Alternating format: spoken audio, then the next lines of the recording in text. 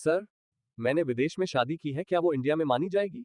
हाँ, अगर वहाँ के कानून से सही है तो यहाँ भी मान्य है, पर यहाँ रजिस्टर करवा लें। नमस्कार, legal awareness with advocate Ankit Sharma में आपका स्वागत है। आज हम एक बहुत ही ज़रूरी सवाल पर बात करने वाले हैं, जो कई एनआरआईज और विदेश में रह रहे भारतीय नागरिकों को परेशान करता है। अगर आप किसी विदेशी से दूसरे देश में शादी करते हैं, तो क्या वो शादी इंडिया में कानूनी तौर पर वैलिड मानी जाएगी? सोच के देखिए, आपने विदेश में शादी की, वहां का मैरिज सर्टिफिकेट भी आपके पास है, लेकिन जब आप इंडिया वापस आते हैं तो क्या वो सर्टिफिकेट सिर्फ एक कागज का टुकड़ा है या उसकी कोई लीगल वैल्यू है? क्या वो आपके स्पाउस के वीजा के लिए या जॉइंट प्रॉपर्टी खरीदने के लिए काफी होगा? अब ज्यादातर लोगों को लगता है कि इसका जवाब स्पेशल मैरिज एक्ट 1954 में है। वो सोचते हैं कि बस इस एक्ट के अंदर अपनी फॉरेन मैरिज रजिस्टर करवा ली और काम खत्म। लेकिन मैं आपको बता दूं, ये एक बहुत आम और बहुत बड़ी गलतफहमी है। तो अगर स्पेशल मैरिज एक्ट सही जवाब नहीं है, तो फिर क्या है? इस खास सिचुएशन के लिए एक अलग से कानून बनाया गया है, द फॉरेन मैरिज एक्ट 1969। ये कानून खास तौर पर ऐसी शादियों के लिए है जहां कम से कम एक पार्टी इंडियन सिटीजन है और शादी इंडिया के बाहर हो रही है। इसका पूरा मकसद यही है कि ऐसी शादियों को इंडिया में पूरी कानूनी मान्यता मिले। चलिए इस फर्क को ठीक से समझते हैं, क्योंकि ये सबसे जरूरी है। देखिए, फॉरेन मैरिज एक्ट यानी एफएमए उन शादियों को गवर्न करता है जो इंडिया के बाहर होती हैं।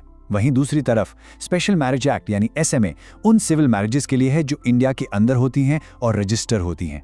साफ बात यह है, अगर आपकी शादी विदेश में हुई है तो आपके लिए सही कानून सिर्फ और सिर्फ एफएमए है, एसएमए नहीं। इस बात को बिल्कुल साफ करने के लिए एक रियल लाइफ केस देखते हैं, ताकि कोई शक न रहे। हाल ही में केरला हाईकोर्ट का एक फैसला इस मामले पर काफी रोशनी डालता है। ये कोर्ट पूरी बात साफ कर देता है। इस केस में, जिसका नाम है Vipin PG versus state of Kerala, एक इंडियन सिटीजन ने इंडोनेशिया में एक इंडोनेशियन सिटीजन से वहां के लोकल कानून के तहत शादी की।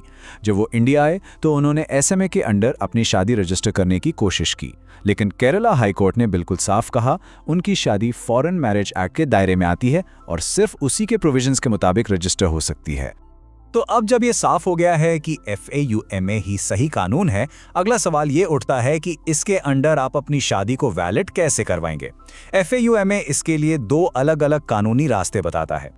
पहला रास्ता है सॉलेमनाइजेशन। इसका मतलब है कि आप सीधे इंडियन एम्बेसी या कॉन्सुलेट में एक मैरिज ऑफिसर के सामने शादी करते हैं। दूसरा रास्ता है रजिस्ट्रेशन। ये उन कपल्स के लिए है जिन्होंने उस विदेशी मुल्क के लोकल लॉज के हिसाब से पहले ही शादी कर ली है। वो अपनी उस शादी को इंडियन एम्बेसी में एफएमए के अंडर रजिस्टर करवा सकते हैं। लेकिन चाहे आप कोई भी रास्ता चुनें, 4 ऐसी शर्तें हैं जिन्हें पूरा करना ही होगा। इन पर कोई समझौता नहीं हो सकता और ये एफएमए के सेक्शन 4 में दी गई हैं।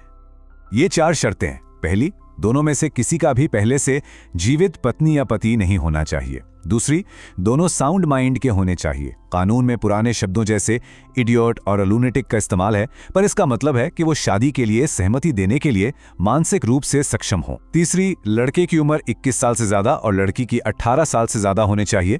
और चौथी, दोनों parties degrees of prohibited relationship में नहीं आने चाहिए, जिसका मतलब आमतौर पर नजदीकी खून के रिश्ते से है।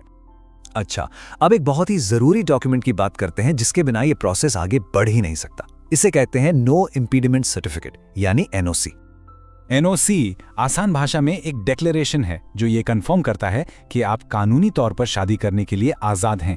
इंडियन सिटीजन ये सर्टिफिकेट इंडियन एम्बेसी से लेगा और जो फॉरेन पार्टनर है उसे भी ऐसा ही एक डॉक्यूमेंट अपनी कंट्री की एम्बेसी या वहां की अथॉरिटी से लेना होगा। और हाँ, ये बहुत जरूरी है कि ये डॉक्यूमेंट अटेस्टेड या अपोस्टल्ड हो, जो इसकी ऑथेंटिसिटी को इंटरनेशनल लेवल पर सर्टिफाई करता है। चलिए अब कुछ और जरूरी नियम देखते हैं, और साथ ही एक आखिरी बहुत जरूरी चेतावनी, इस पे जरूर ध्यान दीजिएगा। ये संख्या बहुत ही इंपॉर्टेंट है, इसे याद रखिएगा। 30 days. Registration of marriage of non resident Indian bill 2019 के मुताबिक अगर कोई एनआरआई किसी दूसरे इंडियन या एनआरआई से विदेश में शादी करता है तो उसे शादी के 30 दिन के अंदर अंदर उसे रजिस्टर करवाना जरूरी है। ये ऑप्शनल नहीं, ये कंपल्सरी है। और अगर आप ये 30 दिन की डेडलाइन पूरी नहीं करते तो इसके अंजाम काफी गंभीर हो सकते हैं। इंडियन अथॉरिटीज के पास आपका पासपोर्ट इंपाउंड यानी जब्त करने या उसे रिवोक करने का भी अधिकार है। शादी के बाद डिवोर्स के बारे में सोचना भी जरूरी है। अगर शादी विदेश में हुई थी तो क्या विदेशी डिवोर्स डिक्री इंडिया में वैलिड होगी? यहां पर चीजें थोड़ी कॉम्प्लेक्स हो सकती हैं। देखें, आम नियम यह है, अगर डिवोर्स आपसी सहमति यानी म्यूचुअल कंसेंट से हुआ है तो उसे आम तौर पर इंडिया में लीगल और बाइंडिंग माना जाता है। लेकिन अगर डिवोर्स कंटेस्टेड था या एक्स पार्टे था यानी एक तरफा, तो हो सकता है कि वो वैलिड ना माना जाए। उसे तभी मान्यता मिलेगी जब वो सिविल प्रोसीजर कोड के सेक्शन 13 के तहत दिए गए टेस्ट को पास करेगा। हर फॉरेन डिवोर्स डिक्री इंडिया में अपने आप वैलिड नहीं हो जाती। तो इतनी सारी जानकारी के बाद सबसे जरूरी बात क्या है और आपका सबसे पहला कदम क्या होना चाहिए? ये सब इसलिए इतना मायने रखता है क्योंकि आपके कानूनी अधिकार, आपके स्पाउस का वीजा, जॉइंट प्रॉपर्टी का हक, विरासत का अधिकार, ये सब तभी सुरक्षित हैं जब आपकी शादी फॉरेन मैरिज एक्ट के अंदर ठीक से रजिस्टर हो।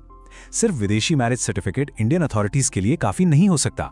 ये समझ लीजिए कि एफएमए आपका कानूनी कवच है। तो इस पूरे प्रोसेस में आपका सबसे पहला और सबसे जरूरी कदम क्या है? एक एक्सपर्ट कानूनी सलाह लेना। एक ऐसे वकील से सलाह लेना जो इंटरनेशनल फैमिली लॉ में माहिर हो। ये सबसे बुनियादी और ज़रूरी कदम है। वो आपको सारे पेपर वर्क, जुरिस्डिक्शन के इश्यूज और बाकी सभी उलझनों से आसानी से निकलने में मदद करेंगे। इसे एक खर्च मत समझिए, ये आपके भविष्य के लिए एक इन्वेस्टमेंट है। अगर आपको ये जानकारी मददगार लगी तो प्लीज़ इसे लाइक करें, सब्सक्राइब करें और उन सबके साथ शेयर करें जिन्हें इसकी ज़रूरत हो सकती है।